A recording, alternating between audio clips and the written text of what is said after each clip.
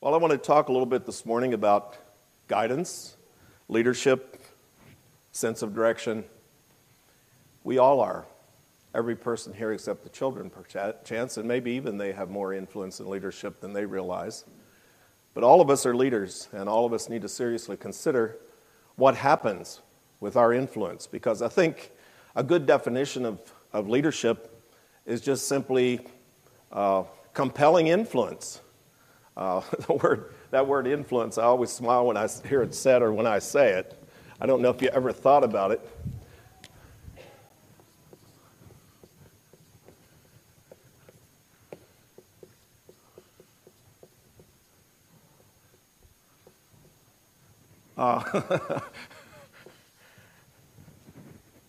Influence is contagious, and leaders who truly lead are contagious people, and the contagion of what they represent has far-reaching effects. I'd like for you to turn to the book of Nehemiah. This is a book that doesn't get covered very often, and I just have been so inspired studying this book. This morning will be a little bit introductory, and then we'll get into the actual, we'll get into the text this morning, but in sort of a general way. I too welcome the visitors.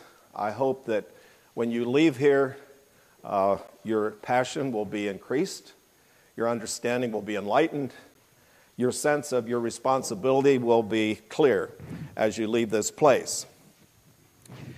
Everywhere we look in the world, we see problems. Problems. Many people in the world today are in misery. In fact, since yesterday morning this time, 40,000 people starved to death in our world. When I think of that, that's just a horrible thought. And there's enough food to feed every one of them. There's enough food to feed the world. The reason they starved is because of poor leadership. Every one of them could have been fed. Most of the problems of the world are the result of poor leadership. I've said many times, less than a dozen, probably not more than about 6 criminal leaders in our world cause most of the misery. This is a very important subject. Now, it's interesting, the word leader is sort of a problematic word because people run off in all directions with it, and most of the directions they run are not good directions. And I think it's interesting what Dale Heisey pointed out. I never would have noticed this, but he pointed out that it's a word that's almost never used in the New Testament. In fact, when it is used, it's sometimes used if the blind lead the blind. So if you want to take that verse. I did find 2 verses where it's positive, and that's where Jesus led his disciples to the Mount of Transfiguration. Now, he wasn't leading them in some kind of a demanding way. He was actually leading them to a glorious experience. And then it talks about him leading his sheep out. And then it says he goes before them, so he's certainly not driving them. So in those 2 instances, we have a very positive concept of leadership. But other than that, the word is not used in a positive sense anywhere else that I know of. Now, I stand corrected. If you find it, come tell me, and I'll add that to my notes so I say it right the next time. But to my knowledge, that word is not a word that's emphasized in the New Testament. Now, don't misunderstand me. We need leaders in the true sense of the word. I just told you that bad leaders have caused problems. We do need good leaders. It's not that I'm denying that. There should be, in every congregation, there should be established leadership, there should be established authority, and what should be respected, and all of that. I don't want you to run away here with a wrong concept about that. But leadership is a very difficult and risky job. It's a very difficult and risky job, and very few people have done it well. Leadership defined, I've already put it on the board. I say it's a wholesome influence. It's a wholesome influence. It's where people are brought from where they are to a better place. That's what I think of when I think of leadership. And history will say about a good leader, he saw what many people did not see, and he led them on a good path. That, to me, is a characteristic of a good leader. You take Henry Good in Virginia. Led that congregation to a wonderful musical heritage. He had a vision. And he saw a need in the congregation, and so he began to have music schools, and he passed out music and taught people new songs, and he got little groups together. And if you talk to those people, music was a passion that he pursued, and there was a contagion, and they all became musical, pretty much. That's the community, that's how they're known. Now, leadership is hazardous, and it's illustrated by an interesting question that was on my questionnaire when I filled out my questionnaire to go teach at Hartville. And I looked at this word and I thought, why in the world would this be on a questionnaire? And what does it mean? Here was the word.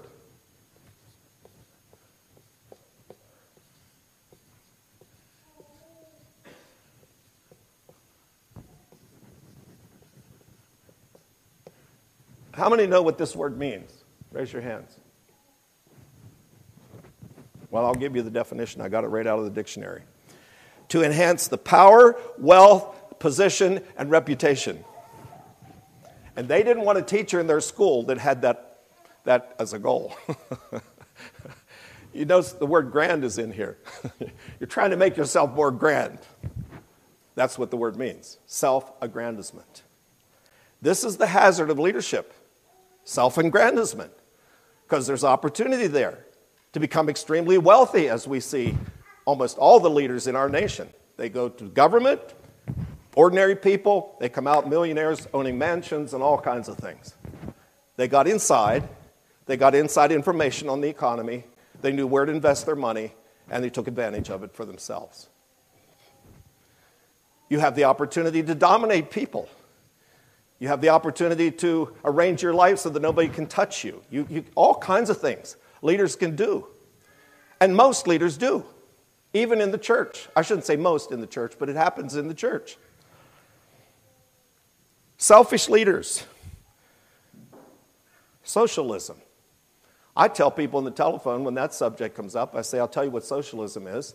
It's a few elites making other people equally miserable while they pocket the cash. That's how it always turns out.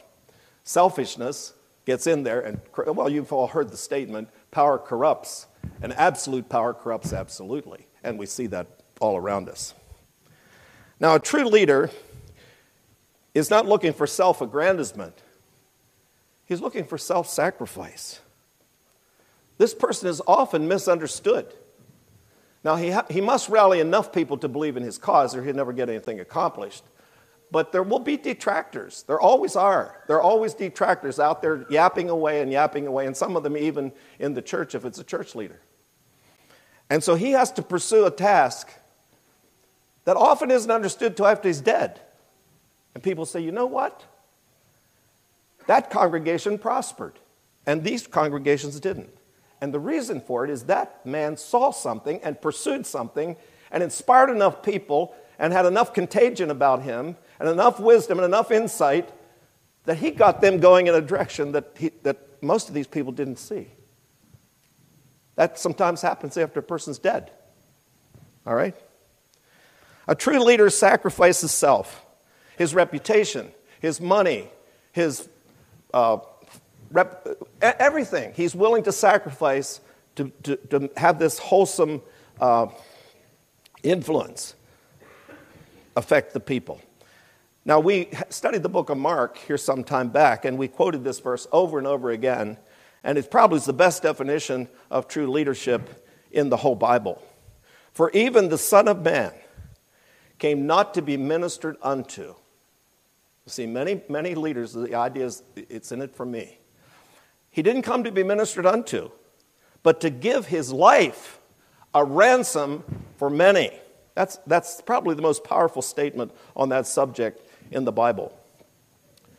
Now, we all know there were great leaders, Abraham, Moses, David, but when we think of great leaders, I don't think most people usually think of Nehemiah. And I hope by the time we're finished with this study, 10 years in the future, however long it takes, that you're convinced that here was a man that had some rare qualities of leadership. We will point them out this morning, but we'll be talking about them as we go along. He did a great work on a short leave of absence, 12 years. He took a leave of absence from his work in Persia to do his job. And in 12 years, he had taken the nation on a tremendous path in many, many different ways.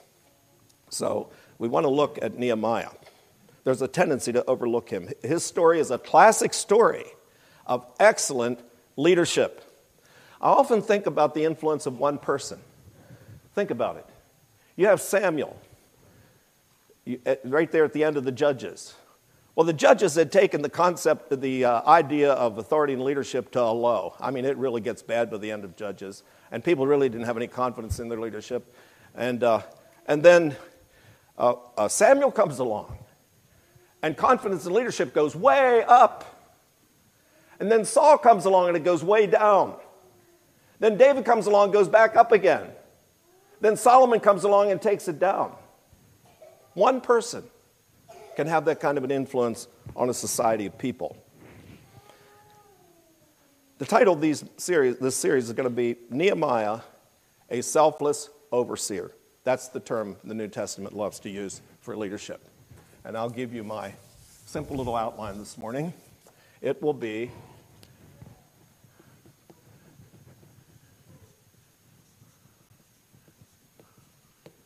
Nehemiah's times, Nehemiah's task.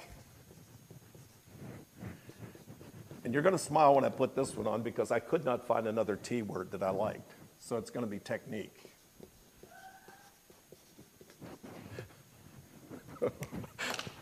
Now you say that's a little bit unspiritual. But I'm going to quote to you a quote by a Methodist. I didn't know this person. I've seen his name occasionally. This a leader in the past. His name was Samuel Chaswick. He once prayed, "Oh Lord, make us intensely spiritual, but keep us perfectly natural and thoroughly practical." I like that. Make us intensely spiritual, but keep us perfectly natural and perfectly practical. So that's my justification for using such a word. All right. Let's talk about Nehemiah's times. I'm going to put some dates on the board to help us just get a picture of Israel's history. We start with Abraham. And I'm going to give you a date that you'll easily remember. 2000 BC. Whoop. Okay. And then we're going to jump through some history, and we'll get to David, 1000 BC. Those are easy dates to remember. And then we have the nation finally rose to its high point under David. And then we come to Solomon. And Solomon led the nation to the brink of division. And the Bible says a divided house cannot stand. And that's where the nation of Israel started down. And they went down. The nation of Israel had 19 kings. All of them were bad. Every one of them. They had not a single good king. And they were carried away by the Assyrians in 722 BC. The nation of Judah lasted longer. It finally fell in 586 BC. And now we're back. That's a very quick history of Israel. And now we're back to Nehemiah. Nehemiah, well, I should say this. Before Nehemiah, you had Zerubbabel leading the first 50,000 Jews back from Persia in 536 BC. And you know that the prophet Jeremiah said there would be 70 years of captivity. Well, you only see 50 there. And that's why when they built the temple and they started to work on Jerusalem and they got attacked by the Samaritans who were around them, they said, well, the time isn't yet. We need another 20 years. And that's why Haggai and Zechariah come in and say, wait a minute. You build the temple. The temple was finished in the next 20 years. Well, I'm sorry. It only took them 4 years to build it. But, yeah, you only have 50 years here. And then you have, of course, Ezra coming a couple years later. And I don't think I have that date. might have it here just a second. I don't have Ezra. But finally, we have Nehemiah, and he's appearing on the scene in 444 BC. So that's sort of the timeline of Israel's history up to Nehemiah. Now, I want you to turn to 2 Chronicles chapter 36. We're going to do some skipping this morning, which I don't usually like to do, but there's no other way to do this. 2 Chronicles 36, 18, and 19.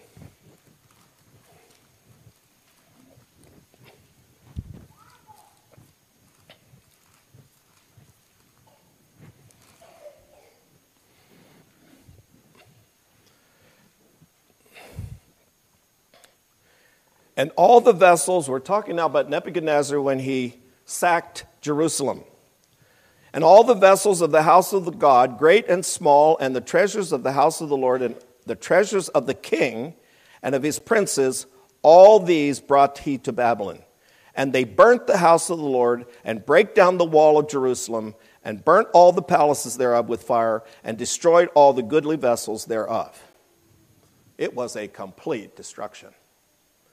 I don't know how many of you have ever seen a picture of Dresden after World War II. I actually visited that city. Dresden after World War II, to my knowledge, I think had one standing building. I mean, you just saw rubble. That's all it was. Berlin wasn't a whole lot better. Well, that's what this looked like when it finally was sacked. Notice, the house of God was burnt. The wall was completely broken down. It was leveled. And finally, and they went to Babylon, of course. And they were carried off as captives, chained together probably. 800 miles to walk to Babylon after this horrible destruction. That's what happened to this nation. Then we have, of course, the Babylonians were conquered by the Medes and the Persians. The Medes were a weaker nation, and they finally became absorbed into Persia, so we usually just say Persia. And Persia overthrew Babylon. And then I want you to stay in this chapter, look at verse 22. Now in the first year of Cyrus, king of Persia, that the word of the Lord spoken by the mouth of Jeremiah might be accomplished, the Lord stirred up the spirit of Cyrus, king of Persia, that he made a proclamation throughout all his kingdom and put it also in writing, saying, Thus saith Cyrus, the king of Persia, all the kingdoms of the earth hath the Lord God given to me, and he hath charged me, this is this heathen king speaking, he hath charged me to build him a house in Jerusalem, which is in Judah. And he says, who wants to go back and do this? We're going to give you provisions, we're going to give you help to do this, because God told me to do it. Now, how did God tell Cyrus to do it? Well, the story is, if you go back to Isaiah, 200 years before, God prophesied that this man would do this. And it said, here again is it's legend, it said that the Jews went to Cyrus and got out their scroll and showed him this prophecy. And apparently God put it in his heart to believe what was on that ancient scroll. And so he says, God put it in my heart to do this, and we're going to build this temple in Jerusalem. Okay? Now, the first company that returned under Zerubbabel was 50,000 people. Okay, that was in 536. 80 years later, I do have the date. I don't have the date on there, but 80 years later, Ezra comes back with 2,000 more. It's a very small remnant. People had prospered in Babylon, and most of them had no interest in going back to a ruined city and rebuilding it. And it was a real challenge to rebuild this city, as we'll see. Now, what had happened in the time, we're talking about the times of Nehemiah. So what had happened in the intervening years? Well, what had happened was that a new temple had been built. It wasn't extremely encouraging. As you recall, it was a smaller temple. It wasn't nearly as grand as the temple they had had, Solomon's temple, and the older men actually wept when they saw it. They had done that. But Ezra found that the princes, the rulers, the priests, the Levites, and the people had intermarried with the surrounding idolatrous people. That's what Ezra found when he finally got there. That's what had happened. They built a temple, but they had started to compromise with the people around them. And Ezra had to deal with that. Now, the people around them were a real problem. We find that in Nehemiah. They did not want this city built. They were Samaritans. This was their land. And they did everything they possibly could, I think even in the time of Ezra, to make sure these people didn't do anything. They hadn't done anything about the wall, and they certainly would have cared to rebuild that wall, but apparently the pressure was so intense, and I want you to get this because Nehemiah knows this when he goes to Jerusalem, that he's going to face all of this. He's going to face a very discouraged people. He's going to face a wall that's broken down. He's going to find people who aren't even have much spirit to rebuild it. The surrounding people don't want them to build it. They had sent a message back to the king and said to him, look, these people are building this temple. You check the records. If they get this temple built, if this city is rebuilt, it's a rebellious city and you're going to suffer damage. And so they quit building the temple. And Nehemiah knew there was going to be that kind of pressure, and it was when he got there, as we will see as we go through these lessons. So they had rebuilt the temple, and Ezra had established true worship. All right, so that had happened before Nehemiah got there. Now, Nehemiah returns in December of 444 BC. He had a tough task. I already went through some of it. Discouraged people. If you look, now let's turn to Nehemiah. Let's get into Nehemiah, and we can look at some of this, what he faced. 2:17.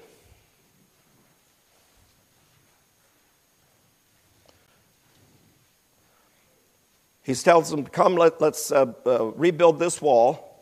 You see the distress we are in. That's what he faced when he came back, a distressed people. How Jerusalem lieth waste, and the gates thereof are burned with fire. Come, let us build up the wall of Jerusalem, that we be no more a reproach. So they had a bad name. They were reproached, those people. He said, let's build this wall, and let's get rid of this reproach. He found insurmountable rubble. Look at 2:14. And then I went on to the gate of the fountain. He's doing a survey of the city. And to the king's pool, but there was no place for the beast that was under me to pass. That gives you an idea. The rubble was, there were places you couldn't even pass with an animal. Look at 4:10, another reference to this. Sorry to have you paging through, but let's just look at some of these. Verse 10. They were building this wall. And Judah said, the strength of the bearers of the burdens is decayed, and there is much rubbish, so that we are not able to build the wall. So they had all this rubbish to carry off, and they were weary. He had that to face. We can look at 2:19. You don't have to turn to ridicule and insinuation. They said, we know why you're building this wall, Nehemiah. You want to be the king. And you want to rebel. You had his enemies conspiring to fight against him. You had fifth columnists within Jerusalem. You had people in the city, Jewish people who were sympathetic and collaborating with the enemies. In fact, if you turn back to the last chapter, verse 13 of the last chapter, chapter 13, verse 28. And one of the sons of Joiada, the son of Elishab, the high priest, was the son-in-law to Sanballat. I'm trying to help you see that this man was really up against it. Most people would have said, I don't want the job. And if they did take the job, they don't know where to start. You have physical rubble, you have attitudes, you have enemies, you have traitors inside the city. The work had not gone on for years because of it, and you're supposed to go now and get this going. You had spiritual apostasy. We're going to find that at the end of the book. Ezra had dealt with it, but by the time Nehemiah got there a few years later, it was the same thing all over again. Had to deal with that. You had slackers, believe it or not. Would you turn to chapter 3? They were building this wall. And next to them, the Tekoites repaired, but their nobles put not their necks to the work of the Lord. So you had that. Here's the outline of the book, the whole book. Number 1, we have the reconstruction of the wall. That's chapters 1 through 6. And second is chapters 7 through 13, the re-instruction of the people. So he had a double job to do. He had a physical wall to build, and he had to somehow get these people on the right track. He had quite a job. So what was his technique? What do we learn from Nehemiah? Well, I'm first of all going to suggest that he was an ordinary man, just like any of us. Elijah said he was, or James said Elijah was. He said he was a man, like passions, but he prayed. I think of Longfellow's poem where it says, lives of great men all remind us we can make our lives sublime and leave behind us footprints on the sands of time. I missed a couple words there. We can. All of us can be extremely, now people don't do it for this reason. If they do it for this reason, then this self-aggrandizement that I had on the board comes into play. You don't do it for this reason. But they have the characteristics that we're going to talk about here. And every person sitting in this audience, whether you're a father, whether you're a mother, whether you're a church leader, whatever influential role you carry, you can all have these characteristics, and you can all leave footprints on the sands of time. And you can all be a person that people can look back and say, I'll tell you why that family turned out as well as they did. They had a mother. How many of you have ever heard that comment? It's all in our hands, whether we want to be that kind of person. And like I said, probably you won't even be thinking in those terms. But you will have these characteristics that you will have some consciousness about that will be cultivated in your life. Somebody has says, another person has said, a leader is a person who is highly motivated to do a job for God despite the daunting, difficult circumstances. A leader is a highly motivated, I like that, is a highly motivated person motivated to do a job for God despite the daunting, difficult circumstances. That's what a leader is. Now, the first thing we notice about Nehemiah is prayer was his first resort. I want you to just look. In fact, as you go through this book, and I hope you do read it after we leave here, you're going to notice that this man, every time he had a situation, you find him in prayer. Every time something happens, it says, the Lord's good hand was upon me. This man had a tremendous consciousness that this was God's work. This was not his work. And he was praying to God and getting direction from God and giving God credit for what happened. Prayer was his first resort. Verse 4 of chapter 1. It came to pass when I heard these words that I sat down and wept and mourned certain days and fasted and prayed before the God of heaven. And we know how long he did that. Because he returned in the month of Chislev, which is December, and he went to the king. You'll notice in chapter 2, he went to the king in the month of Nisan. That's March. So this man did this. This man prayed and fasted and sought God's face for several months before he did anything. That gives you a concept of one of the things that makes up a great leader. There's not going to be any self-aggrandizement here. He's going to realize what Jesus said, without me you can do nothing. And so he's going to be praying. He's going to be giving God the credit for everything that happens. But he's also going to be a very practical person, as you can see. The two have to be, a person can be so spiritually minded to no earthly good, but I think most people are so earthly minded they're no spiritual good. But you have to bring the both. It's one of those false dichotomies that you have to have one or the other. If you get really practical, then I guess you're not very spiritual. And if you get real spiritual, I guess you're not very practical. No, you have to be both. So this man, his first resort was prayer. So we looked at chapter 1. Let's look at chapter 2. So I prayed to the God of heaven. That was when the king spoke to him. Now, he'd been praying for 4 months. And then when the king says to Nehemiah, Nehemiah, I have a question. His immediate resort is, I better pray before I give an answer to this king. Chapter 4, verses 4 and 9.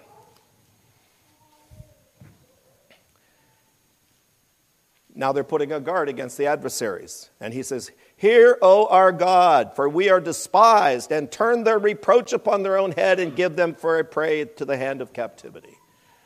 So that's what he prays there. Verse 9. They conspired to fight against him. We'll be going over all this as we go through these lessons. "Nevertheless, we made our prayer unto God and set a watch." See the practical there? They didn't just say, "Well, God, take care of us." No. "God, would you take care of us?" And they set a watch. And they realized that that watch was only as good as God's help with that practical task. Let's look at chapter 6. Verse 9. Here they're plotting against him. "For they all made us afraid, saying, Their hands shall be weakened from the work, that it be not done. Now therefore, O God, strengthen our hands." Verse 14. "My God, think thou upon Tobiah and Sanballat according to these their works, and on the prophetess Noadiah, and the rest of the prophets that would have put me in fear. You take care of them." Okay? The second point is closely related. So the first one is, this is a man who never loses his concept that he must bring everything to God. He must bring everything to God. Just even when he's standing in the presence of the king, between the king's question and his answer, he's praying. And I do that on the phone line. I mean, when I get a call, of course, I never know what it's going to be. I never know what the question's going to be. I know very well it may be a question I won't know how to answer. And I usually breathe a prayer between that question and the first thing I say, "Oh God, put words in my mouth." I'm totally dependent on God to do that. The second point that I notice about this man, his constant focus on God. And I read some of the verses. Well, in fact, let's read a few more. Turn back to chapter 2, verse 8. "And a letter unto Asaph, the keeper of the king's forest, the son of an..." What did I do here? I missed something, I think. Well, yes, it is in verse 8. "And the king granted me," down at the end of the verse, "according to the good hand of my God upon me." God gets the credit. Verse 12 in this same chapter. "And I rose in the night, and some few men with me, neither told I any man what my God had put in my heart." So the very idea to go out and survey the city, he said, God put that in my heart. God was responsible for me having the wisdom to make that survey. Chapter 6, verse 9. This is when they were plotting against him. "For they all made us afraid, saying, Their hands shall be weakened from the work, that it be not done." Now, I already read this verse. "O God, strengthen my hands." Verse 14. I already read that one too. Okay? So, here we have a man that is reflexive in prayer. That's his first reflex when he faces anything. The second thing is whenever something happens, he says it was God. He never lost sight of the fact that it was God.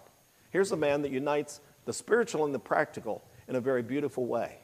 And it does it constantly, does it reflexively, does it as a habit, doesn't forget to do it. This is how he lives.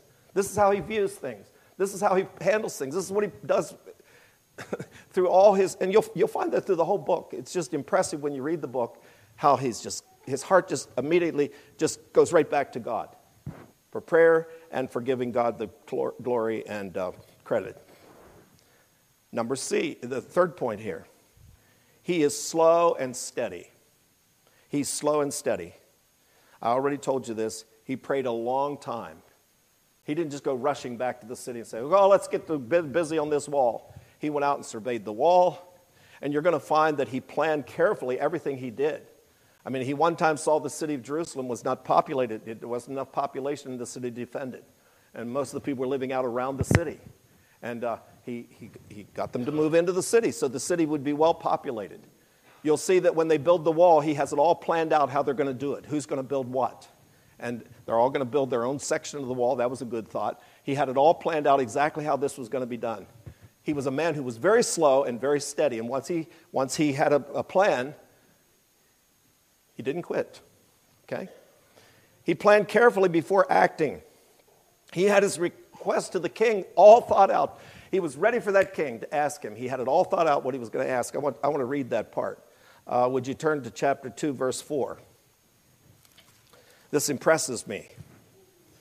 He says, Then the king said unto me, For what dost thou make thy request? So I prayed to the God of heaven, and I said unto the king, If it please the king, and if thy servant have found favor in thy sight, that thou wouldest send me unto Judah, unto the city of my father's sepulchre, that I may build it. And the king said to me, the queen also sitting by him, For how long shall thy journey be? And when wilt thou return? So it pleased the king to send me, and I set him a time. He anticipated that question. And apparently he said 12 years. I need 12 years to do this job. See, if he'd have gone into the king, and the king said, How much time do you need? Well, I don't know. I don't know how much time it'll take to rebuild the wall. Well, what do you need? Well, I don't know. I guess I need a few people to help me and a few supplies. No. That wasn't Nehemiah. And verse 7, Moreover, I said unto the king, If it please the king, let letters be given to me, to the governors beyond the river, that they may convey me over till I come to Judah. He had anticipated when he got to the border, they were going to say, Where's your passport? Where are your papers? I need papers. Okay, let's keep going. And a letter unto Asaph, the keeper of the king's forest, that he may give me timber to make beams for the gates of the palace, which appertaineth to the house, and for the wall of the city, and for the house that I shall enter into. So he asked specifically for supplies. And the king granted me according to the good hand of my God upon me. Well-organized project. And you can turn to chapter 3, and we'll get to it eventually. I mean, the plans to rebuild the wall was very specifically and minutely thought through exactly how we're going to do this. And they got it done in record time. I'm not going to tell you how much time it took them, but they got it done in record time. It was amazing. I mean, a wall of a city is a major project. And they got it done in an amazing short time because this man was an effective administrator, a very careful organizer, a man of inclusive perspective. Nothing had missed his purview. He saw the whole project from beginning to end and had it all thought out in his mind, what he was going to ask the king, the supplies he would need, the letters he would need. He had it all thought out. Okay?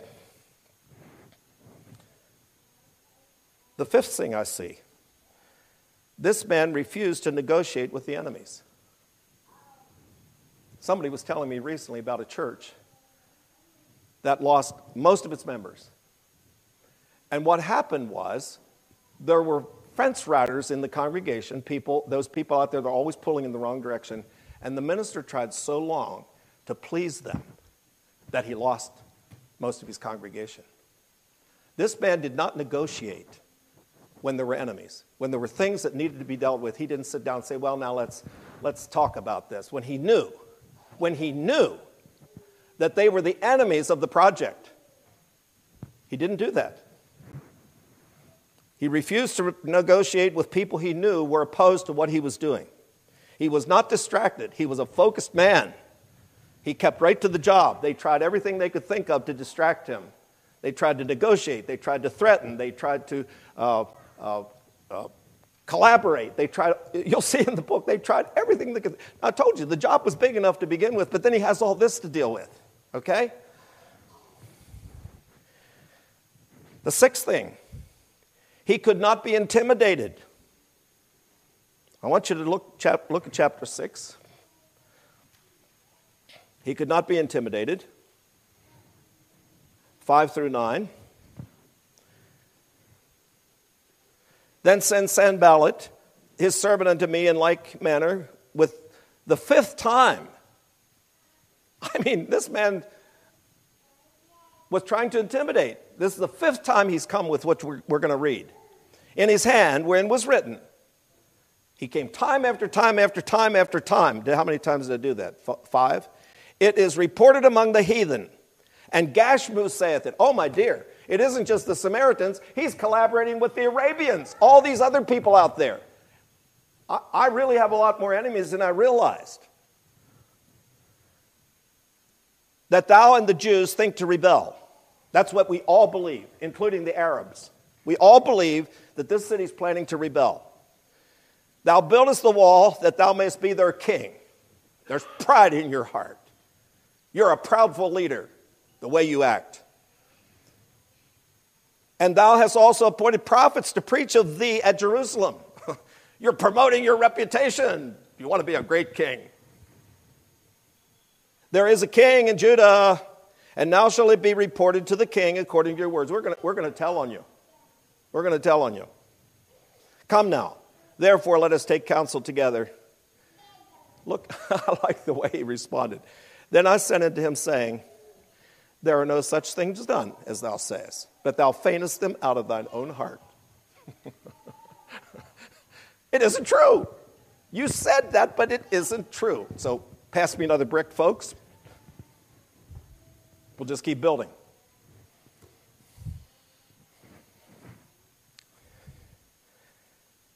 Final, the next one is, he did not take advantage of his position.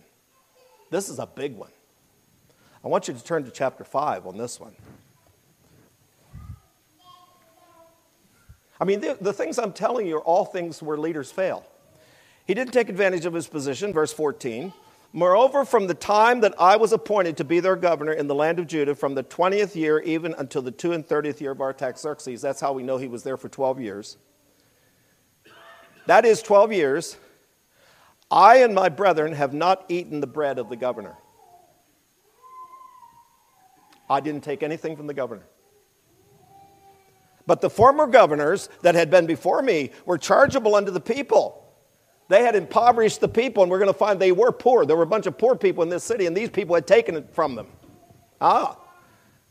Were chargeable unto the people, and had taken of them bread and wine, besides 40 shekels of silver. Apparently that was a tax that they all had to pay to these self-aggrandizing leaders that came before Nehemiah. No wonder the city wasn't getting anywhere, because this is the kind of leadership they had before he showed up.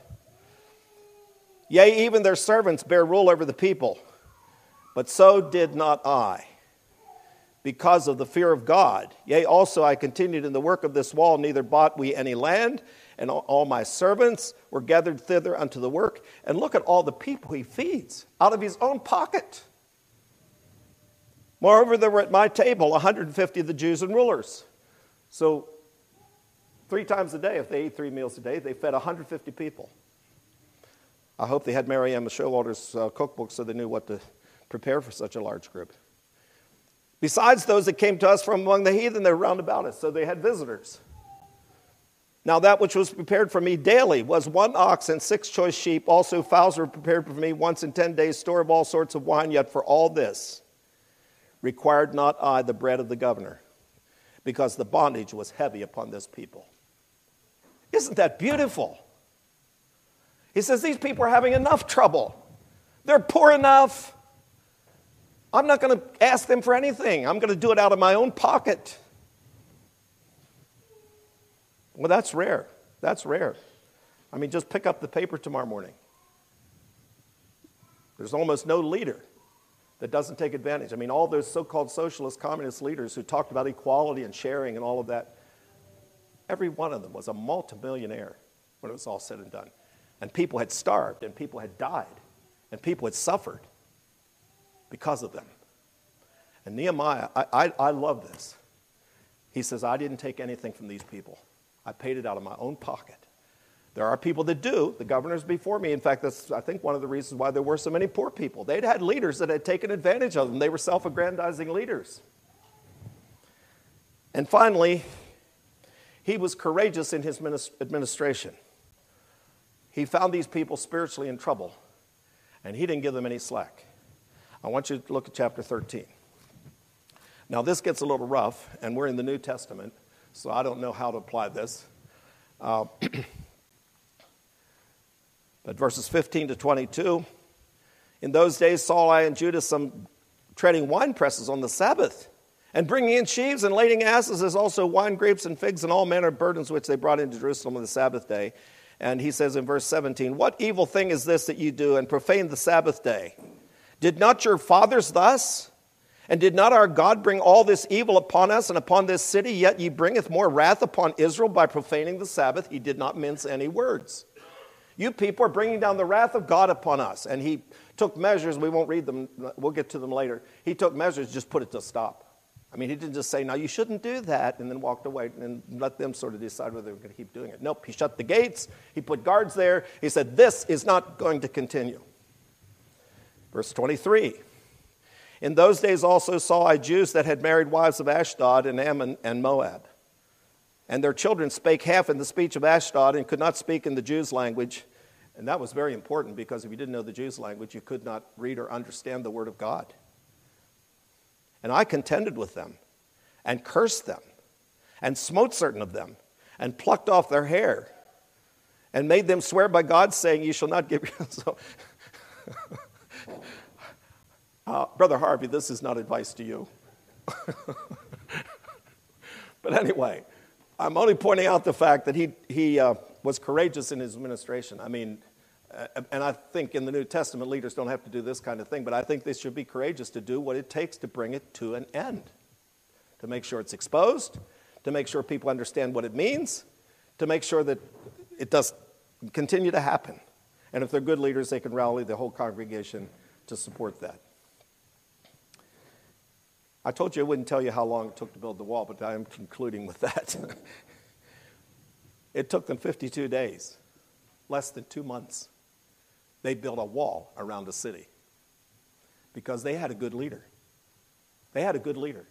He knew how to make good decisions. He made good plans. He had God on his side. He gave God the credit. He didn't take advantage of anybody. He was a good leader, and they got the wall built. But I want to leave this part of the discussion. This is the conclusion. He left his people encouraged and rejoicing. That's what a leader does. A good leader leaves his people encouraged and rejoicing. And I just want to read some of this. Chapter 12. After the wall was finished, they dedicated it. And here's what it says, verse 27. "And at the dedication of the wall of Jerusalem, they sought the Levites out of all their places to bring them to Jerusalem to keep the dedication with gladness, with both with thanksgivings and with singing, with cymbals and psalteries and with harps. And the sons of the singers gathered themselves together, both out of the plain country and round about Jerusalem." Jump down to verse 40. It says, "So stood 2 companies of them that gave thanks in the house of God." I mean, they made a real ceremony out of this. They didn't just sing a little song. He put one company over here. He put another company over here. They had an antiphonal rendition of their songs. And you go down to verse 42. It says a bunch of people there. "And the singers sang loud with Jazrahiah, their overseer." So they had a good choir director. "Also that day they offered great sacrifices and rejoiced, for God had made them rejoice with great joy. The wives also and the children rejoiced, so that the joy of Jerusalem was heard even far off." That's the result of good leadership. That's the result of good leadership. They get the job done, they take care of the problems, and people rejoice. And they have a great celebration. We'll pick up at chapter 1 and we'll go through the details in the next story.